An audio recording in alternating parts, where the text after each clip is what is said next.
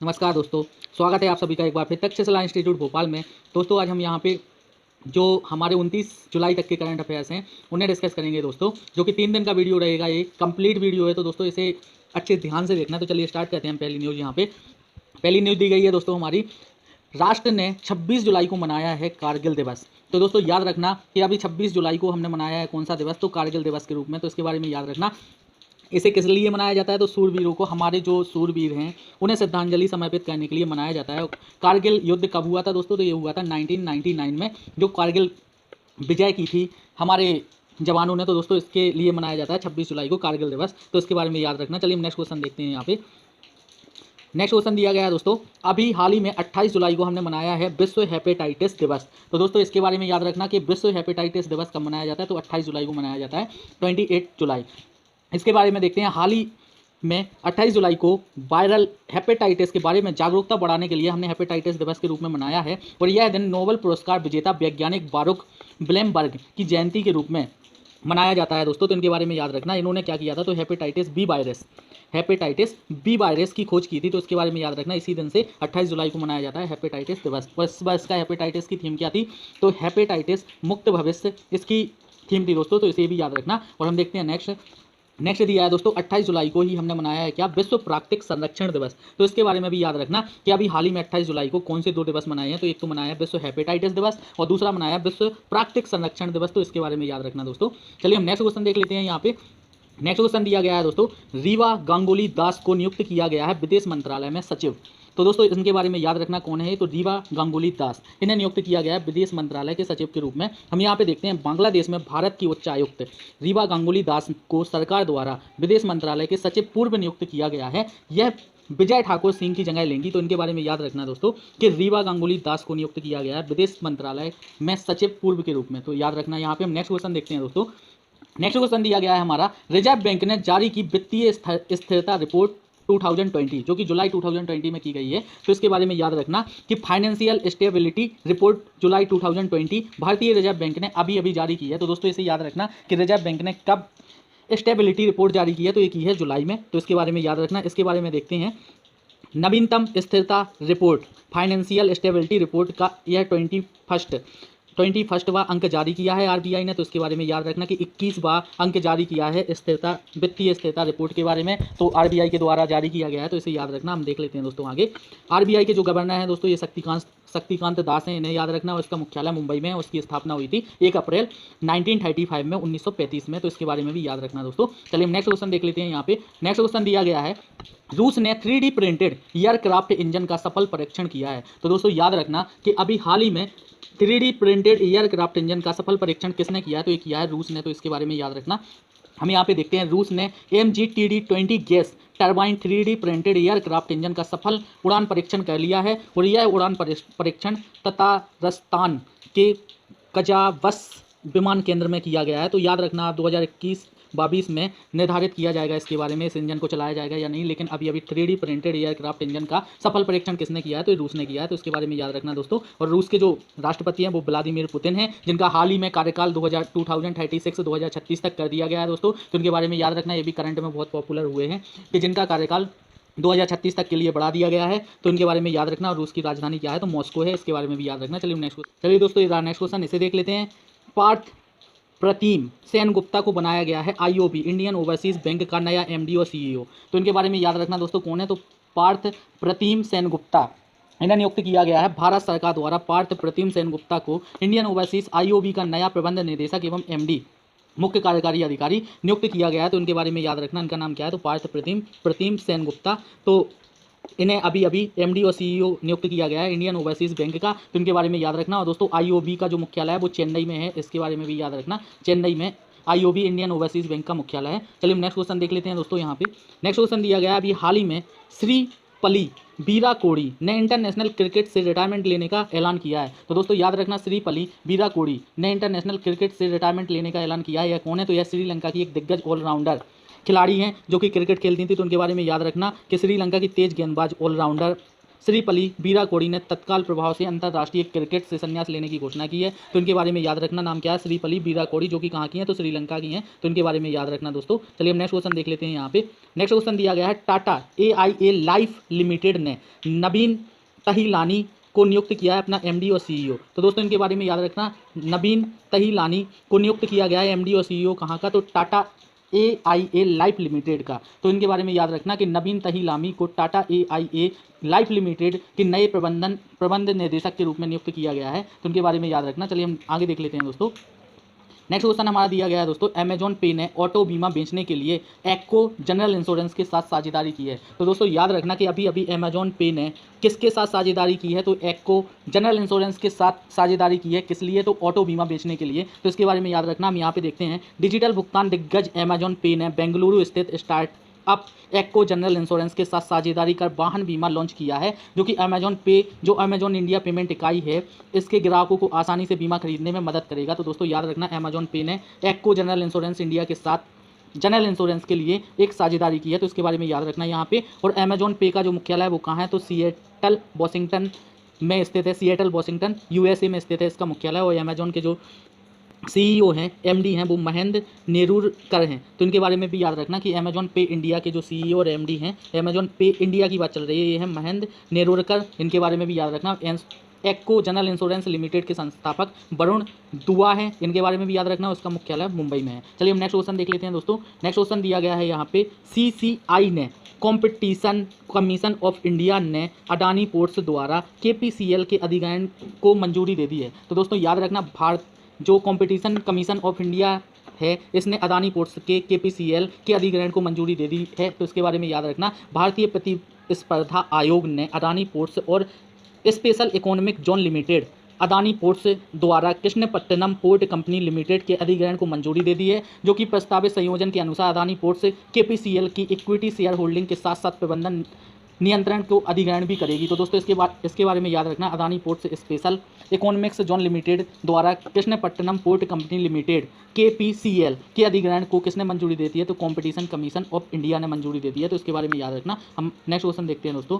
Next question दिया गया है, प्रसिद्ध नर्तक आमला शंकर का अभी हाल ही में निधन हो गया है। तो दोस्तों इनके बारे में याद रखना कि ये क्या थी, तो आमला शंकर एक प्रसिद्ध नर्तक थी, कोरियोग्राफर भी रही हैं। तो इनके बारे में याद रखना। हम यहाँ पे देखते हैं, हाल ही में प्रसिद्ध नर्तक और कोरियोग्राफर आमला शंकर का कोलकाता में 101 वर्ष की उम्र में निधन हो गया है। वह उम्र से संबंधित बीमारियों से पीड़ित थी। तो दोस्तों इनके बारे में याद रखना, इनका नाम क्या था, तो आमला शंकर। इनका निधन कहाँ पे, तो कोलकाता से थी, ये कोलकाता में इनका निधन हो गया है। और ये क्या थी, तो एक प्रसिद्ध। चलिए दोस्तों नेक्स्ट क्वेश्चन इसे देख लेते हैं। अभी हाल ही में भारत से बांग्लादेश के लिए पहली कंटेनर ट्रेन सेवा शुरू की गई है। तो दोस्तों इसके बारे में याद रखना, कहाँ से, तो भारत से बांग्लादेश के लिए पहली कंटेनर ट्रेन सेवा की शुरुआत की गई है। तो इसके बारे में याद रखना। इसके बारे में देखते हैं, हाल ही में भारत से बांग्लादेश के लिए पहली कंटेनर ट्रेन सेवा शुरू की गई है। यह ट्रेन सेवा भारत के कोलकाता स्थित मजेरहाट टर्मिनल से बांग्लादेश के लिए रवाना की गई है दोस्तों। तो इसके बारे में याद रखना, मजेरहाट टर्मिनल से बांग्लादेश की ओर गई है, जिसमें क्या होगा, तो दोस्तों साबुन, शैम्पू और कपड़ा जैसे उत्पादों को वहां पे ले जाया जाएगा। तो इसके बारे में याद रखना कि अभी अभी भारत से कहां के लिए कंटेनर ट्रेन सेवा शुरू की गई है, तो ये बांग्लादेश के लिए की गई है। इसके बारे में याद रखना। चलिए नेक्स्ट यहाँ पे आगे देखते हैं दोस्तों। बांग्लादेश की जो राजधानी है वो ढाका है और यहाँ की जो मुद्रा है वो टका है। इसके बारे में याद रखना। और यहाँ की जो PM है वो है शेख हसीना। तो इनके बारे में भी याद रखना कि यहाँ की PM है बांग्लादेश की शेख हसीना और ढाका यहाँ की राजधानी और टका यहाँ की मुद्रा है। चलिए हम नेक्स्ट क्वेश्चन देखते हैं। नेक्स्ट क्वेश्चन दिया गया है दोस्तों, अभी हाल ही में मालदीव ने 26 जुलाई को अपना 55वां स्वतंत्रता दिवस मनाया है। तो दोस्तों याद रखना कि किस देश ने 26 जुलाई को अपना स्वतंत्रता दिवस मनाया, तो ये मालदीव ने मनाया। तो इसके बारे में याद रखना। अभी हाल ही में मालदीव ने 26 जुलाई को अपना 55वां स्वतंत्रता दिवस मनाया है और राष्ट्रपति रामनाथ कोविंद एवं प्रधानमंत्री नरेंद्र मोदी ने इस अवसर पर मालदीव के राष्ट्रपति इब्राहिम मोहम्मद सोलेह को बधाई दी है। तो इसके बारे में याद रखना दोस्तों। और इसके साथ ही साथ भारत सरकार ने मालदीव को कोविड-19 महामारी के बीच संजीवनी अभियान के तहत 6.2 टन आवश्यक औषधियाँ एवं 600 टन आवश्यक खाद्य सामग्री उपलब्ध कराई है। तो इसके बारे में याद रखना। और मालदीव की जो राजधानी है वो माले है और मुद्रा है यहाँ की रुपया। तो इसके बारे में भी याद रखना। चलिए दोस्तों ये रहा नेक्स्ट क्वेश्चन, इसे देख लेते हैं। अभी हाल ही में ट्राइफेड ने उन्नत भारत अभियान के लिए IIT दिल्ली के साथ MOU पर हस्ताक्षर किए हैं। तो दोस्तों याद रखना, ट्राइफेड ने उन्नत भारत अभियान के लिए IIT दिल्ली के साथ समझौता किया है। तो इसके बारे में देखते हैं। हाल ही में the tribal corporation marketing development federation of India ने उन्नत भारत अभियान के लिए IIT दिल्ली के साथ MOU पर हस्ताक्षर किए हैं, जहां पे आदिवासियों की आजीविका प्राप्ति में सक्षम बनाने के लिए 2600 से अधिक संस्थाओं को ट्राइफेड के साथ जोड़ने की योजना बनाई गई है। तो इसके बारे में याद रखना दोस्तों कि अभी ट्राइफेड ने उन्नत भारत अभियान के तहत IIT दिल्ली के साथ MOU साइन किया है। ट्राइफेड के बारे में जान लेते हैं दोस्तों। ट्राइफेड भारतीय जनजाति सहकारी विपणन विकास महासंघ, इसका पूरा नाम है ट्राइफेड का। तो इसके बारे में याद रखना, यह जनजातियों के लिए बनाया गया महासंघ या विकास कार्यक्रम है। तो इसके बारे में याद रखना। और जनजातीय मामलों के मंत्रालय के प्रशासनिक नियंत्रण एवं राष्ट्रीय स्तर का शीर्ष संगठन है। इसकी स्थापना कब हुई थी? तो 1987 में हुई थी ट्राइफेड की। तो इसके बारे में याद रखना। इसका मुख्यालय नई दिल्ली में स्थित है। तो इसके बारे में याद रखना। चलिए हम नेक्स्ट क्वेश्चन देखते हैं। चलिए दोस्तों, ये रहा नेक्स्ट क्वेश्चन, इसे देख लेते हैं। कुमार सशक्तिकरण योजना के अंतर्गत 100 प्रशिक्षित कामगारों को 100 विद्युत कुमार चाक वितरित किए गए हैं अभी हाल ही में। तो इसके बारे में याद रखना कि कौन सी योजना है? तो कुमार सशक्तिकरण योजना के अंतर्गत। तो यहाँ पे देखते हैं दोस्तों, हाल ही में गृह मंत्री अमित शाह ने अपने संसदीय क्षेत्र गांधीनगर के बालवा गांव में कुमार सशक्तिकरण योजना के अंतर्गत 100 प्रशिक्षित कारीगरों के लिए 100 विद्युत कुमार चाक वितरित किए हैं। तो दोस्तों इसके बारे में याद रखना, कौन सी योजना है? कुमार सशक्तिकरण योजना। कहाँ पे? तो गांधीनगर के बालवा गाँव में। तो इसके बारे में देखते हैं। यह पहल हसिये पर पहुँच चुके कुमार समुदाय को मजबूत करने के लिए की गई है और यहाँ पे जो मिट्टी के बर्तनों की पारंपरिक कला को पुनर्जीवित करने में मदद करेगी। तो दोस्तों इसके बारे में याद रखना। और जो कुमार सशक्तिकरण योजना है, इसका शुभारंभ 2018 में हुआ था। तो इसके बारे में याद रखना। और यह खादी एवं ग्राम उद्योग आयोग की एक योजना है, कुमार सशक्तिकरण योजना, जिसकी स्थापना 2018 में की गई थी। तो इसके बारे में याद रखना। इस योजना के अंतर्गत कुमार समुदायों को सशक्त एवं आत्मनिर्भर बनाना है। तो इसके बारे में याद रखना दोस्तों। और खादी एवं ग्राम उद्योग आयोग, इसकी स्थापना कब की गई थी? तो इसकी स्थापना 1957 में संसद के अधिनियम द्वारा की गई थी। तो इसके बारे में भी याद रख लेना। चलिए हम नेक्स्ट क्वेश्चन देखते हैं। नेक्स्ट क्वेश्चन दिया गया है दोस्तों, नेक्स्ट क्वेश्चन है हमारा यहाँ पे, भारत ने बांग्लादेश को 10 ब्रॉड गेज डीजल इंजन भेंट किए हैं। तो दोस्तों याद रखना, एक तो अभी भारत से बांग्लादेश की ओर पहला कंटेनर ट्रेन सेवा शुरू की गई है, पहली कंटेनर ट्रेन सेवा। और इसके साथ ही साथ भारत ने अभी बांग्लादेश को 10 broad gauge diesel engine provide करवाए हैं या भेंट किए हैं। तो इसके बारे में भी याद रखना। हम देखते हैं, हाल ही में बांग्लादेश को 10 ब्रॉड गेज डीजल इंजन भेंट किए गए हैं, जो कि भारत के द्वारा दिए गए हैं। तो इसके बारे में याद रखना। बांग्लादेश रेल विभाग की आवश्यकता को ध्यान में रखते हुए भारत ने इन इंजनों में आवश्यक बदलाव भी किए हैं। इससे बांग्लादेश में यात्रियों की संख्या में इजाफा होगा और माल वाहन में भी वृद्धि होगी। तो इसके बारे में याद रखना कि भारत ने अभी बांग्लादेश को कितने इंजन दिए? तो 10 ब्रॉड गेज इंजन दिए हैं, जो कि भारत ने अक्टूबर 2020 में बांग्लादेश की प्रधानमंत्री शेख हसीना की यात्रा के दौरान यह वादा किया था। तो उसे अभी ये प्रोवाइड करवा दिए गए हैं। तो इसके बारे में याद रखना। नेक्स्ट क्वेश्चन देख लेते हैं दोस्तों। नेक्स्ट क्वेश्चन दिया गया है, भारतीय मानक ब्यूरो के मोबाइल ऐप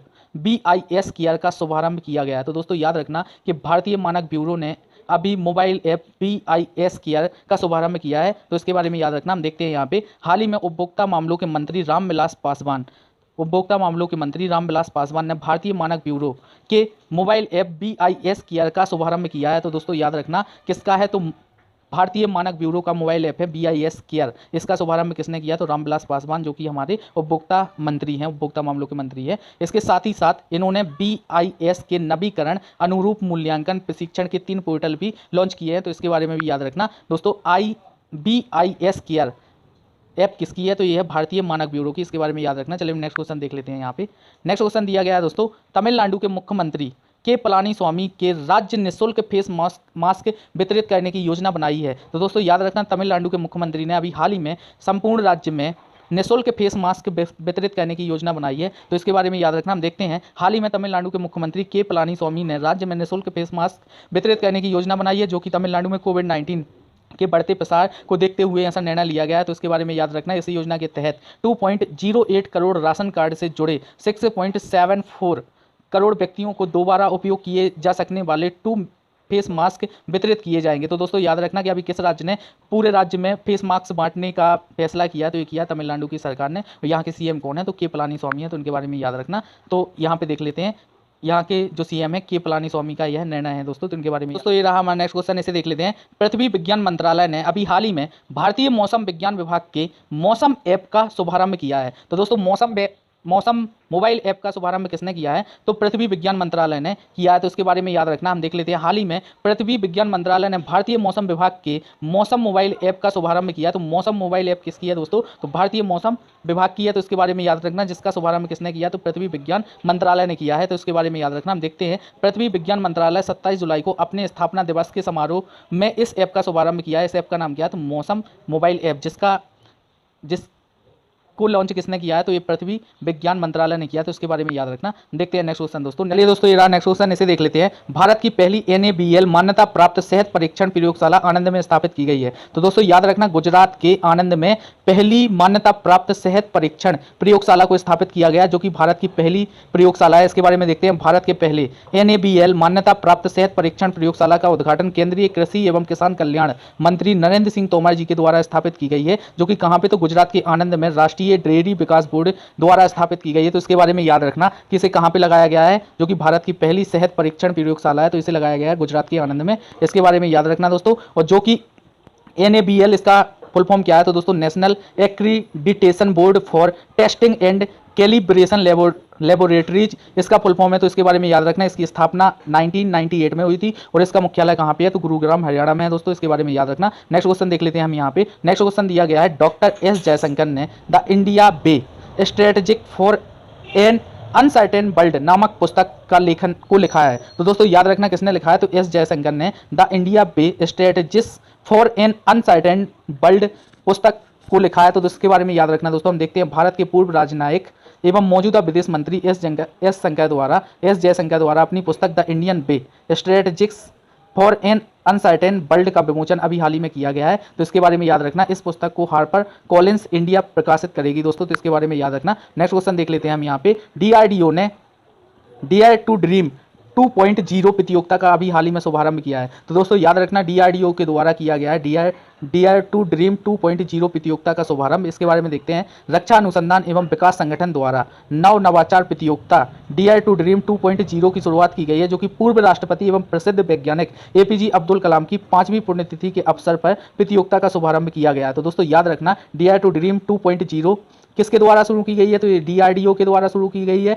और किसकी पुण्यतिथि पर, तो ये डॉक्टर APJ अब्दुल कलाम जी की 5वीं पुण्यतिथि पर स्टार्ट की गई है। तो इसके बारे में याद रखना, क्या है इसका नाम, डेयर टू ड्रीम 2.0। चलिए हम नेक्स्ट क्वेश्चन देखते हैं दोस्तों। नेक्स्ट क्वेश्चन दिया गया है, दिल्ली सरकार ने रोजगार बाजार पोर्टल नाम का एक नया पोर्टल का शुभारंभ किया है। तो दोस्तों याद रखना यहाँ पे कि रोजगार बाजार पोर्टल किस सरकार का है, तो ये दिल्ली सरकार का है। तो उनके बारे में याद रखना। हम देखते हैं, दिल्ली सरकार ने नौकरी से की तलाश करने वालों के लिए, नौकरी देने वाले लोगों के लिए रोजगार बाजार नामक एक पोर्टल का शुभारंभ किया है, जिसमें क्या होगा, तो नौकरी देने वाले लोग वहाँ पे अपनी रिक्वायरमेंट फिल करेंगे और इसके साथ ही साथ जिन्हें नौकरी की आवश्यकता है वो लोग यहाँ पे देखकर जा सकते हैं दोस्तों। तो इसके लिए रोजगार बाजार नाम का पोर्टल लॉन्च किया है किसने, दिल्ली सरकार ने। चलिए दोस्तों, आज का वीडियो यहीं पे समाप्त होता है। अगर वीडियो पसंद आए दोस्तों तो कृपया करके लाइक करें, शेयर करें और चैनल सब्सक्राइब नहीं किया तो सब्सक्राइब जरूर कर लें। थैंक यू दोस्तों, जय हिंद।